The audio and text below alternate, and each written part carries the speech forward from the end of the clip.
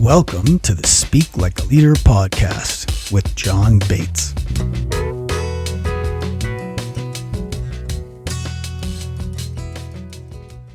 Welcome to the show. With me today, I have someone whom I met, years ago. And she is somebody who I just think, I've watched her go through an arc, a really big arc. And she's somebody who is driven and determined and just an absolutely wonderful person out to cause great things in the world. And she just sent me her book that just came out called How to Develop Your Creative Identity at Work, Integrating Personal Creativity Within Your Professional Role. And her name is Oana Velcu-Laitinen. Did I get that even close, Oana? Yes, quite close. Okay, I'll take close today. Well, welcome to the show. I'm so excited to see you, and I'm so excited to chase these ideas down with you for a few moments and let people know about your book. Now, you told me before we started, this book is not necessarily for everyone, even though I think it's probably more for everyone than you realize. Tell me who it is you really would love to get this book to, Oana. I'd love to, and I'm very happy to be here talking with you, John. And yes, my book, I have two types of readers. I've had two types of readers in my mind. First is a type of expert who feels that they can do something more in their professional life. They can bring novelty and they can have an impact of meaning. So this is one type of readers, people who have an undeveloped creative personality. The second type, I hope that my book is going to be read by, are decision makers in companies, those people who are responsible for developing other people, helping other experts get the best out of them, and people who want to create cultures of creativity, adaptability to change, and innovation. So these are the two types of readers. Yeah, that's fabulous. So HR people, human relations, people that are tasked with developing the human learning and resources. development. Yep. Yes. Great. Okay, good. Well, I think, and I think that the person I'd love to see read this is the person that was maybe a little bit more like I used to be, which is just, I think I was making that mistake that you talk about in the book, Oana, which is to think that when I say a creative person, the only thing that can mean is that I'm a good artist of some sort, right? Like I can draw really well or whatever. And I think what you explode open in this book in a really great way is there's much more to creativity than just artistic creativity, right? Exactly. Yes, John, it's very true that most of us, myself included, we may think that creativity means artistic creativity. And that's why, of course, we enjoy art and theater and movies, but we don't let ourselves explore what's more about the creativity. And from the neuroscience, we know that the brain has a creative functioning, and the brain has some impulses that push some of us to create, to get involved with the reality and bring some positive change in this reality. And that's what I'm exploring in my book, to help each one of us understand this versatility of our creative resource. And creativity is, we are born with it. And it's a shame to let it out there just thinking that, well, if I cannot draw, or well, if I cannot be a great script writer, I might as well do a kind of job which means just complying with what my bosses are telling. Yeah.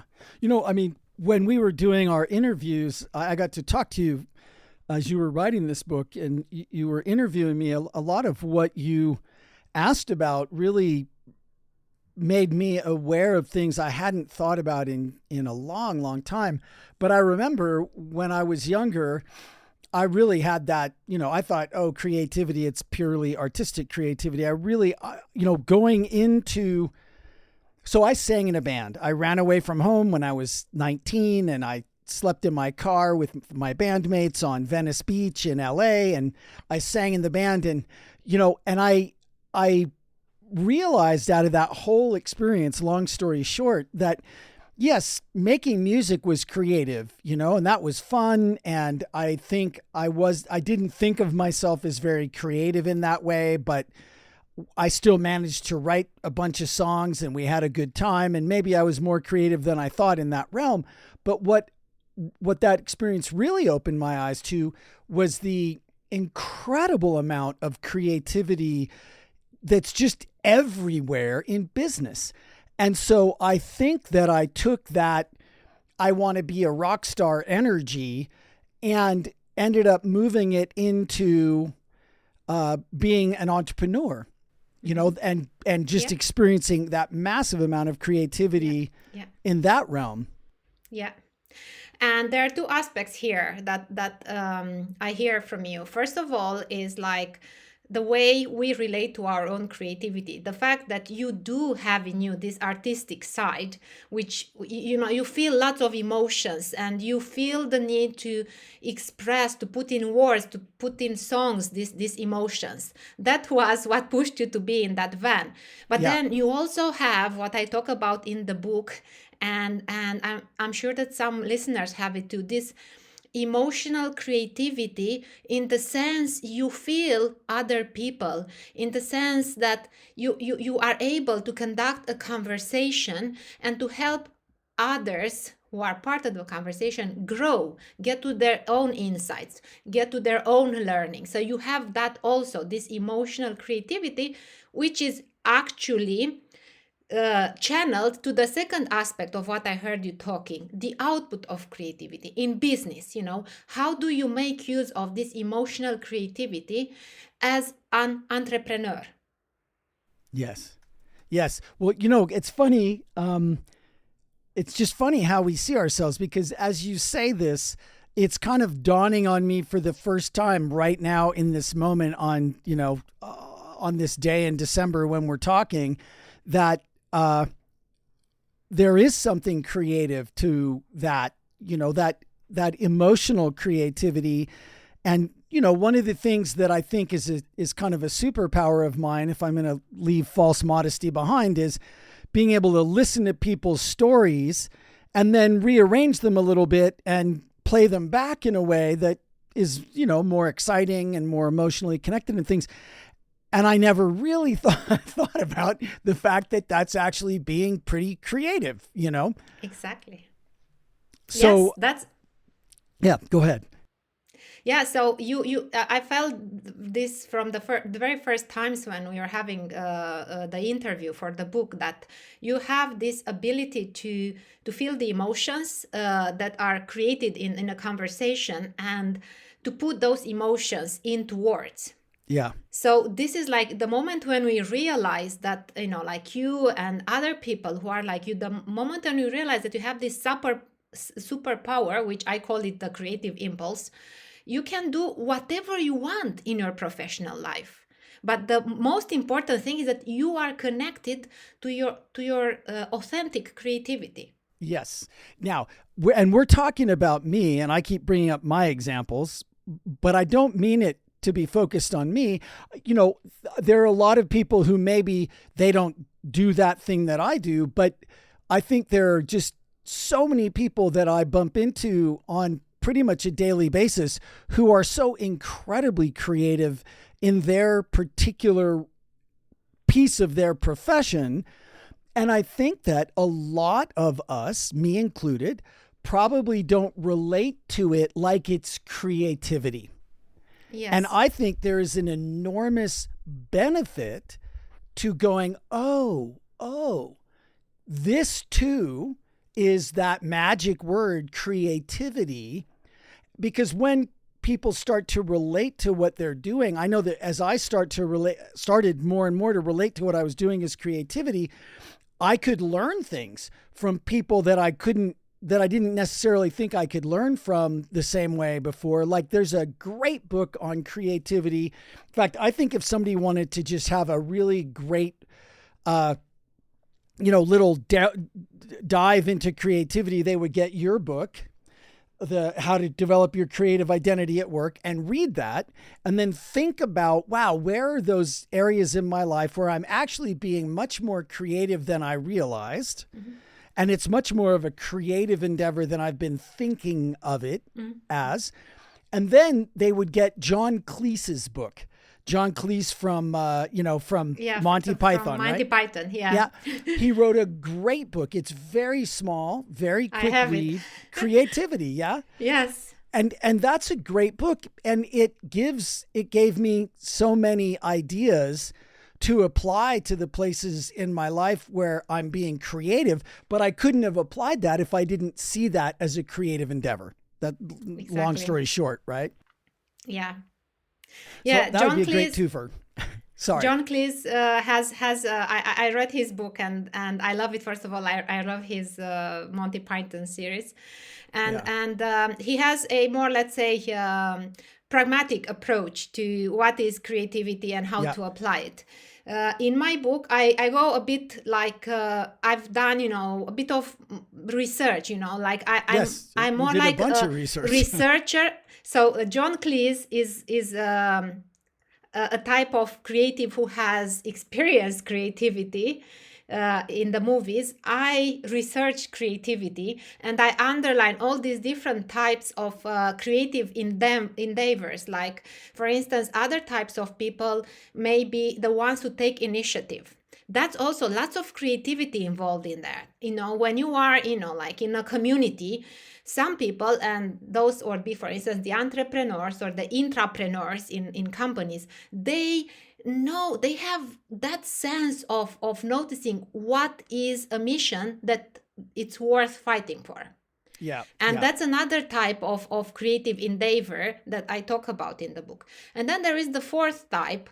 That is what scientists have, what philosophers have, this ability to be attracted to abstract ideas and to develop the sphere, the realm of knowledge. That's another type of creative endeavors. Why did Einstein go for physics? That was his call. Why did I get fascinated by the psychology of creativity? Because that's what called me. So I had to give up. I'm now not comparing myself with Einstein. And actually, this is one important point in the book, that other than us identifying creativity with artistic creativity, and you also mentioned about it, we also have this myth that creativity equals genius. And it's, as I'm trying to explain in the hundreds pages of my book, creativity means we have a brain. We just have to know which impulse calls for us. Is it artistic?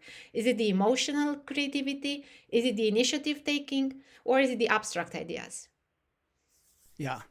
Now, will you say those one more time for me? So these are the four types that you've identified. Yes. So these are the four types, the four types of impulses that we may have in our brains. Each one of us, when you look at the environment, everyday life, there may be some impulses that push you to action. Like some people have this impulse to, okay, I'm going to create a song because I'm heartbroken and I want to write a song for other people who are heartbroken. This is the artistic creativity. Then some people have this emotional creativity, what you have, plentiful and in abundance.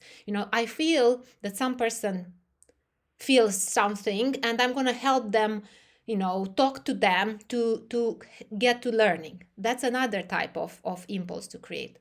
Then this initiative taking, you see what is happening around you. For instance, in your people in companies, they think, okay, maybe in our company we need to implement a different system, a better system, or maybe we need to have AI instead of a real person at customer relations interface. So this is a third type, this like taking initiative. And the fourth type is this abstract ideas, when you realize that for some reason I fell in love with the psychology of creativity and I would like to explore it further. In my book, I interview, other than you, two scientists who are developing One of them, he's a professor here at Helsinki University, and he's developing vaccines for cancer, immunotherapy treatment. So he is fascinated by this kind of questions, and that's Yeah. his impulse. And he's a very creative person. The way he does the research, it's really fascinating. How, Good. yeah. So I just happened to see one of his presentations, and he and his team, they came up with a new treatment for how to fight cancer. So I thought that, wow, the way they thought about it, that was a creative approach. So Right. these are the fourth type of people, attracted by ideas. So I think that that's really cool because there's just something kind of, at least in my mind, there's just something more fun to it when I realize that, oh, I could look at this as creative. It's artistic creativity. Okay, there's that. That's what we all know. Then there's emotional creativity. Then there's that taking the initiative creativity, which, that's kind of a new thought for me, but absolutely, you're totally right. Like those entrepreneurs I know who will see something and then 5 minutes later they've got a company and they've stood something up around it, and they're going off to Yeah, yeah, yeah, take that on. That is yeah. absolute creativity. And then the abstract ideas creativity, which is, I think, another place where maybe we're a little bit more familiar with it. But I think that there would be a lot of people who are not scientists who don't get how creative science is. That would have been me for a long time. I guess the way that I learned science and the way that I experienced science, especially in high school and maybe even a little bit in college, was just that it was already kind of done. Like it felt for me like you just put stuff in and turned the crank and something came out the other end. It wasn't until I was notably older that it really dawned on me how much of science is creative. But John, if I can tell something, because I've been doing some creativity training with some PhD doctoral students in life sciences here in Helsinki. And to me also, it was very amazing because they themselves didn't perceive themselves as creative people. And yes, and as this, like, I would say that misconception that, in science you have the hypothesis and then you test it, and then you get to validate the results, truth or false.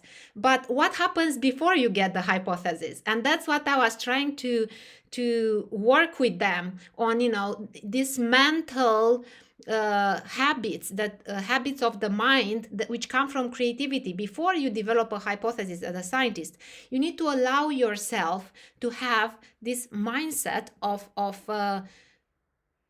bringing more of this creative attitude to what you do, to Yeah. bring more of your imagination, to bring more of your intuition. Allow yourself to use these creative thinking abilities. Well, and I think that's really relevant because I think that, a lot of the people that are listening here a lot of people are in the biomed and life sciences and are hard skills people and things like that. And I totally agree with you. And it makes me think of two examples. One is Einstein. And I don't know if it's totally true. There's a lot of stories about Einstein, but what I've heard is that he was a little bit afraid of shaving in the morning because that's when his ideas would hit him. And it would surprise him so much sometimes that he'd cut himself, right? And that would be easily explained in a creative thinking kind of way, right? Because he's relaxed, he's not focused on it, he's not putting too much pressure on himself at that very moment. And so, bingo, that's when it pops up, right? Yes. And then the other story that I love is a story about Richard Feynman, a really well-known scientist. Physicist, yeah. And I won't get the story exactly right, but at a certain point, I think he was a little burned out and whatever, and he decided that he was just going to play and have fun again with science. And as he saw somebody throw a plate across the lunchroom and he watched it spin and watched it wobble as it went across the room, something occurred to him and he went and figured it out. And I think he ended up winning a Nobel Prize in physics for it, because he had purposefully just given up the pressure, given up and just decided to play and have fun. Yeah. Which is so counterintuitive for a lot of people in the hard skills and the sciences and things like that. But that is totally intuitive to somebody who's maybe artistically creative, right? Yeah. And one takeaway from these two examples with Einstein and Feynman is that in order for us to allow space in the mind for the best ideas that we have, we need to allow ourselves to have these creative habits, like you said, playfulness, and allow yourself to contradict what you hear, like in your mind, what the information that you get, allow yourself to play, to break the assumptions, to allow yourself all these games, or just go and try to explain what you're doing in your scientific work or in your business. Try to explain it to other people from other fields, because that's when you make more time for creativity, when you change your thinking, when you interact with different audiences. Yeah. And that, I think, is one of the most awesome takeaways from your work, Oana, is the value that thinking of oneself as a creative person and then being willing to build some of these creativity habits, how much of a difference that could make and how counterintuitive that is for a lot of people, right? Yeah. Yeah. So yes. I love it. It's so great. It's so yes, that's true. These are the two main ideas, there is a type of creativity in each one of us. The question is, are you willing to make room in your life to figure out what type are you, and how to keep on practicing, how to keep on using it. But of course, I have to say that this is not comfortable, but it's like it's a path to growth. Yeah. And as any path to growth, the beginning is not very comfortable. So you have to work a bit with yourself, disrupt some habits. So what are some of the things that you either see getting in people's way here, and or what do you see that makes a difference to help them get past those things? The thing that I think gets in our way is mostly ourselves, our stereotypes, because each one of us, we are in a way the output of the society where we live. Yeah. And if I may give as an example, in the book, I also talk about how gender stereotypes are helping or preventing people from performing. There were some studies done on American Asian girls, and in one study they were asked to perform a math test. So when these American Asian girls were reminded of their ethnicity, being from Asia, they performed much better on the test. But when they were somehow subtly reminded by the people who facilitated the test, when they were subtly reminded that, you are a girl, they perform worse. And I also looked back when I read that study, and I wrote about it in the book. I also reflected that there are many stereotypes and biases that I had in the past that prevented me from exploring my potential in my work. Yeah. Like one of the most common stereotype is, of course, that I'm a woman and I cannot be good at anything that has to do with sciences. And that's why I did a PhD, to prove myself that actually I can do it. Yeah. Well, congratulations. You can do it. Yeah. Yes. So this is one example, that we can all do. And when we realize that we think that, no, I cannot do this in my career because because follows a stereotype. Why don't you try to do the opposite? Why don't you do it and Yeah. see what comes out of it? Yeah. That's really great. So this is the first thing that prevents us from understanding our type of creativity, the stereotypes that we are collecting. We are like having a bucket of stereotypes carrying with us. And I think it's important to point out that a lot of those stereotypes are my shoulder is killing me. I'm going to up my table here, so there we go. Those stereotypes are often unconscious, right? Those that, like, it goes to things like unconscious bias and things. I don't imagine that those American Asian girls intended to do better when they were reminded of their ethnicity and intended to do worse when they were reminded of their gender. Yes. But that's what happened. And that is unconscious. Yes. So to get that stuff conscious is also, I think, really important, right? Yes, of course. It's not so easy to become aware of our stereotypes. The unconscious is a very deep, dark place. Yeah. And I remember once you said something about your unconscious, that it's a place that you'd rather not go to. I think don't go in there alone. Yeah. Yes, not go there alone. Yeah. But sometimes things can happen in the environment, and then that moment is when you realize that, okay, now I may have tapped into some unconscious bias. And I can give another example of myself. For instance, ever since I've been a knowledge solopreneur, I've been going to all sorts of solopreneurship, entrepreneurship events. And how did I know I tapped into another unconscious stereotype that I had, that I don't have a business mind. And then in those events, I realized that I was very anxious. So one way to pay attention to, this transition from unconscious to conscious stereotypes is this anxiety that we feel when we are in a situation. So it took me a couple of this kind of entrepreneurship meetings to realize that was because I thought I don't have a business mind, and I felt quite insecure being there. And that's, again, a point when you say, well done to you. You learn something new about yourself. Now the question is, what are you going to do about it? Yeah. Are you going to be captive of this belief that, I don't have a business mind, so I might do as well in my career other than entrepreneurship?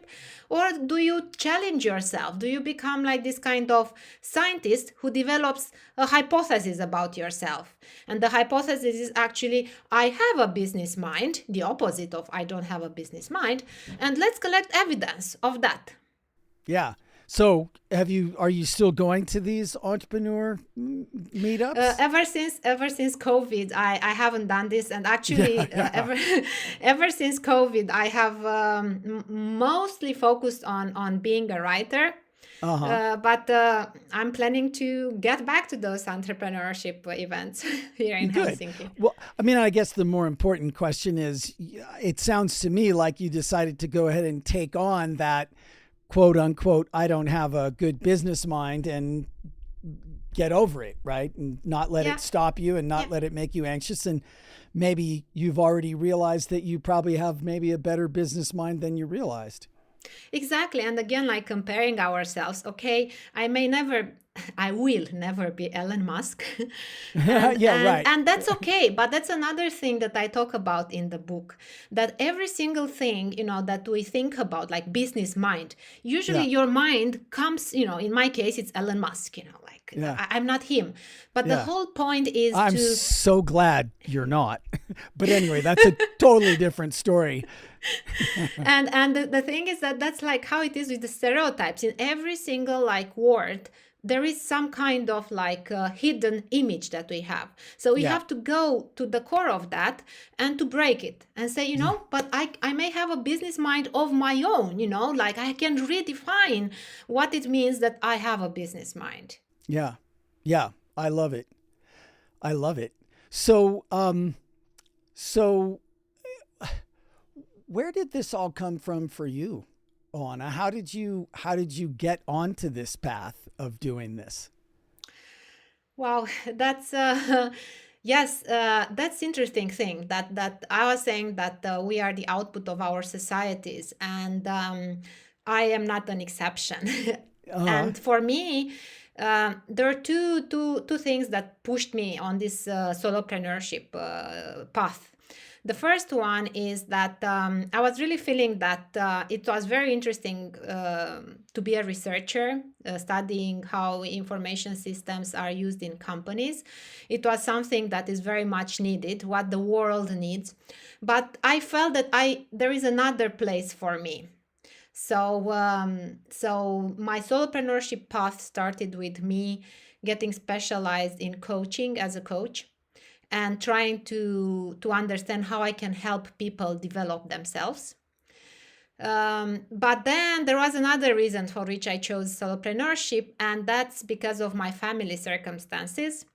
I am actually living in two countries, physically in Finland, but part of my heart is in Romania.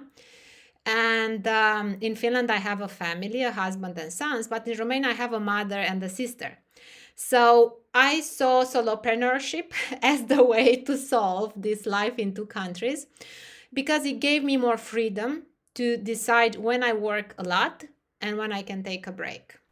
Yeah. So these two reasons, me being more interested in how to develop people, and then having this need to be still connected to my mother and my sister.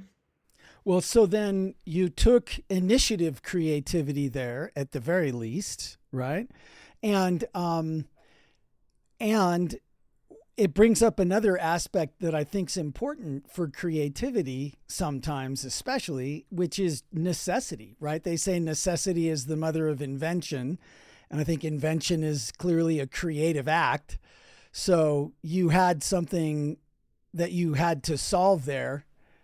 And so you got Yes. creative about it. Yeah. Yes, exactly. Necessity, or another way to reframe it, as I talk about in the book, is to Yep. be, you know, in order to discover your the type of creativity, you need to be connected to your psychological needs to create. And for me, was this need of coming from the love that I have for my family back in Romania. So that, whether it's necessity to love them, I don't know, we can get into a philosophical debate, is love necessity? But that was a very strong motivation to Yeah. find a way to figure out my career, and so that I don't have to depend on a boss to tell me when I can go to see my mother. Yeah. Yeah. That's great. Well, yeah. I mean, whether that's a necessity, it was a necessity for you, Yes, right? So exactly. that's, I think, what matters. Um, and so I think that's cool. And that had you step into being entrepreneurial, where maybe I don't know, but maybe you didn't really see yourself as an entrepreneur before that. Exactly, exactly. I mean, Yeah.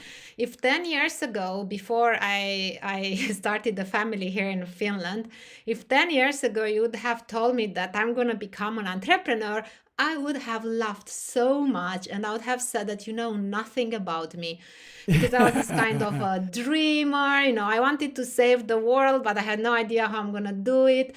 But still, research was very interesting at an intellectual level. So I was seeing myself working still for a university. But then when I had the family here in Finland, and I was like, okay, wanna solve this puzzle. You have very important people in two countries. Yeah. Yeah. Another creative problem solving. There you go.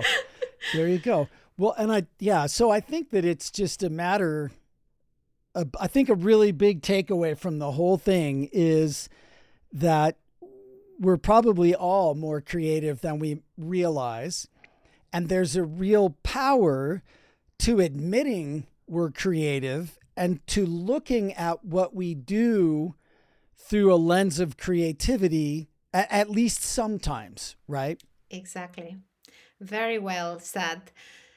And yes, I would say that not only, at least sometimes, we can look at through the lens of creativity. It would be mostly as a matter of like adopting a mindset, like Mm, Carol Dweck talks about the growth mindset.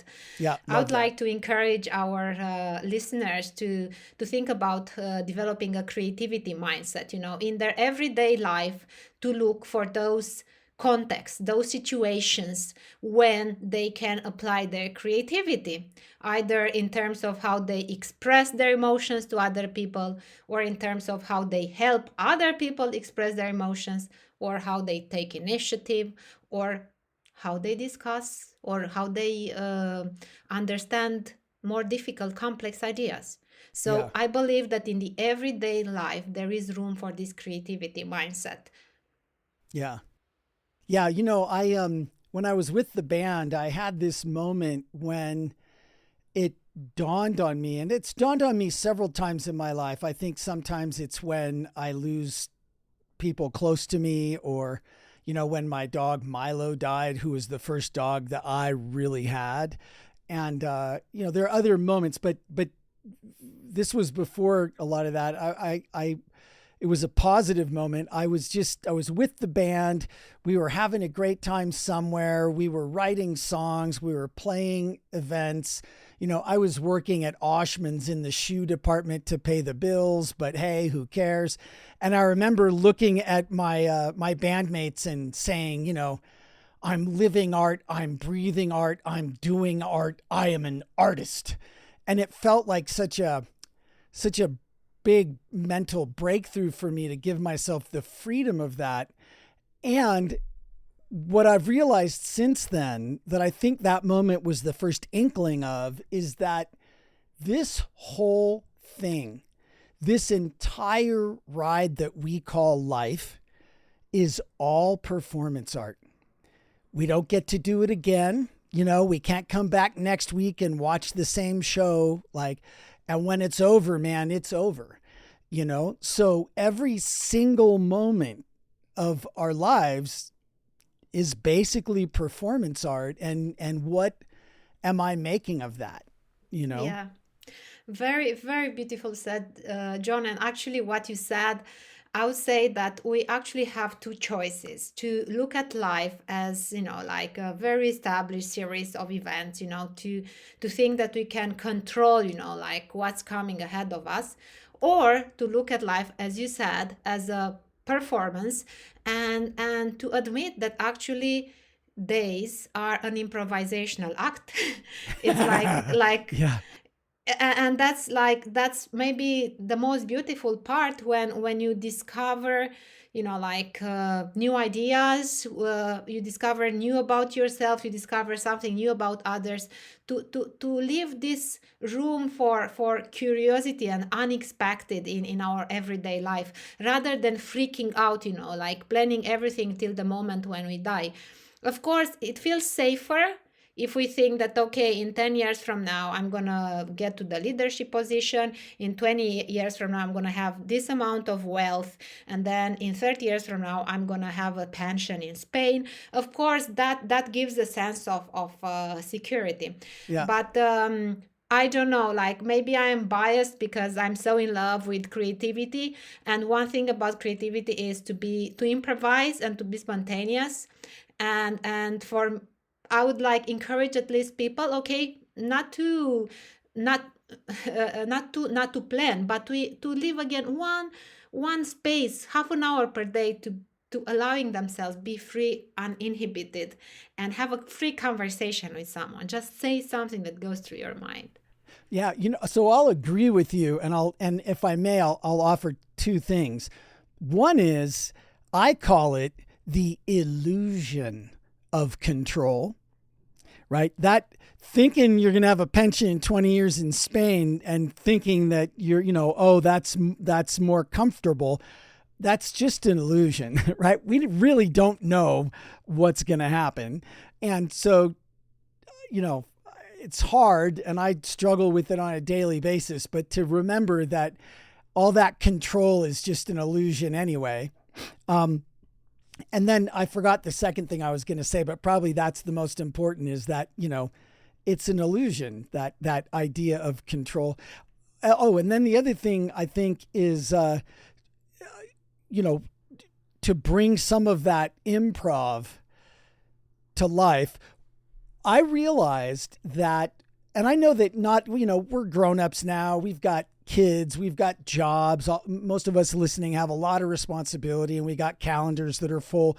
But what I realized when I went traveling when I was younger, I traveled around the world for almost a year. I'd saved up money. I didn't have to work. I, stayed in super cheap hostels, was very sparing with my money, but I didn't have anything I had to do. Every day I woke up for almost a year and I had nothing I had to do. And I'll tell you, nothing on earth turbocharges serendipity like having no plans. Does that make sense? Yes, so, it makes how can you build that into your life a little bit? Like, I need to think about that again now that I'm here instead of there, because I've forgotten that lesson. How can I build in a little bit of I have nothing to do so that serendipity has even half a chance, Yeah, it's a very good question, and I've also thought about it, and that's one underlying idea in this book, that time management.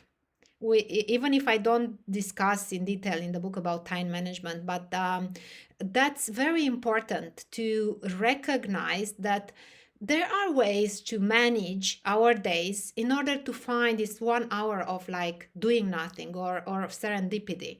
Yeah. Like, I don't know about your habits or listeners' habits, but as far as I'm concerned, I have to say that I have at least one habit which is not very productive, and that is like sometimes I find myself browsing on Facebook, like what one friend does, and then 30 minutes pass me moving from one friend to another, Yeah. and maybe with a bit of more like conscious effort in the beginning, to think, okay, now I'm just gonna allow myself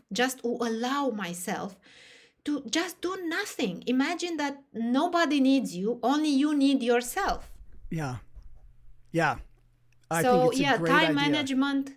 Look for those places that are actually not those hours, those minutes that are not very constructively used. Yeah. And then, like build in some time to do nothing. If you need to, maybe you could call it play, like Richard Feynman did.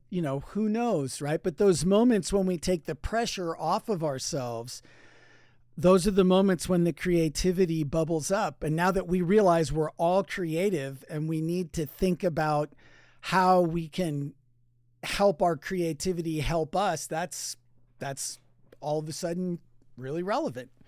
And if I may give another example of what I decided to do this month of December, usually I'm very focused on doing my work and then taking care of the family. So my social life is like null.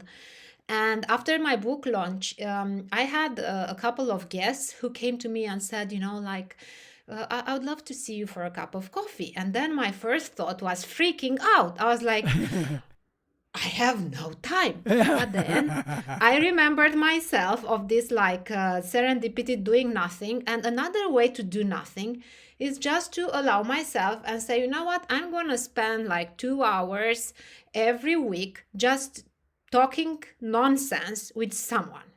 Yeah. Yeah. It may feel a lot, and I'm not going to do it. But this December, I decided I'm going to do it. Yeah. And I'm going to see what comes out of it. And no expectations, like I'm going to meet this person because of this. No, nothing transactional. Yeah. Yeah. Just like the Italians are saying. Yeah. I think that's a great idea. What a great idea during the holidays, particularly. And that's another. Yeah, sorry, I'm not talking about holidays. And holidays to me, it means gifts, and that would be a gift we give to ourselves. It's okay, it's good to get material gifts, a nice bag, nice shoes, nice dresses, but also give to ourselves gifts in terms of emotions, in terms of connecting with other people, in terms of connecting to ourselves. And like one of the best ways to connect to ourselves is actually talking with other people. Some of them may, like some discussions may not leave any mark on us, but maybe we're going to end up meeting some people who help us discover ourselves Yeah. again Well, and so again because we are work yeah, in progress. yeah, for sure, ongoing. So, Oana, we're getting close to our time. And, I will put all this stuff in the show notes. Normally, I tell people where they can find you much earlier in the show, but where can people find you? Do you have a website? Are you? Yes, I have a website which is velcu.fi.